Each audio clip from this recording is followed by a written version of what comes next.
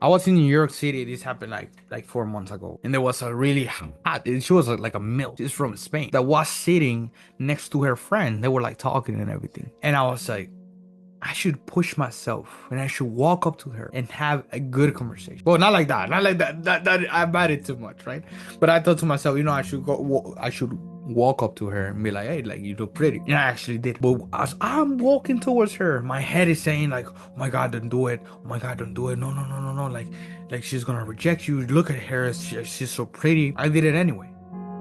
I went up to her. I was like, "Oh, like just so you know, you're pretty." And she was like, "Oh my God, like thank you so much, this and that, you're so sweet." And then we started having a conversation. Like she was like really interested because she started like asking me questions. Like, "Oh my God, like where are you from?" This and that. Like, "I'm just visiting here. What do you like to do for fun?" Like she was the one asking me. Like she was like really interested. She was like, "Oh yeah, we should meet up. Like I'm so down. Like it's a pleasure to meet you. We should meet up." And then I got her Instagram and everything.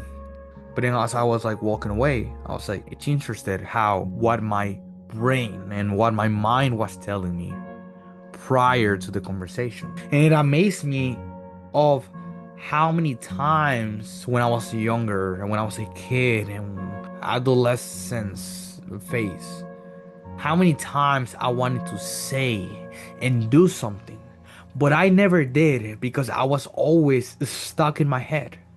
I was always stuck with the scenarios and the bad things that could go wrong. So I never tried. I never shot my shot to the person who I wanted to shot my shot with. And it's interesting because you might relate to this. But there has been so many cases, so many scenarios in my head that stopped me from doing certain actions. It's all fear. It's all fear. I always lived in my head. And now when I'm an adult, I'm like, the last thing that I want to do is live in my head. And I'm gonna shoot my shot. I'm gonna take action, no matter how bad, how ugly it looks. I'm not aiming for perfection. It's just about progress. It's just about giving it a shot. It's just about putting it out there. And then someone will either reject you, someone will give you the feedback, or you might get it. Same thing happened. I was like, I was working on Wall Street. I was like, I don't mean to stroke my own dick, but I was like the top performer in there. I didn't end up working there because it's like there was a lot of like bullshit going on in that industry. Even my manager got fired because he was a scammer. He was like scamming people. But the thing is, my performance and my traits and my skill set was on point. Anyway, I was the top performer there. And it happened at a night. My first day working there, I was like doing calls, and then I was in the middle of a call. I was like someone that because I used to do call calls, and then I got someone, and I got him hooked with something. I was like, like talking back and forth in a good way. And then I had my boss behind me and one of the OGs, like one of the secretaries that was working, the writers, the underwriters was working like there. They were like behind me, and they were like hearing the conversation.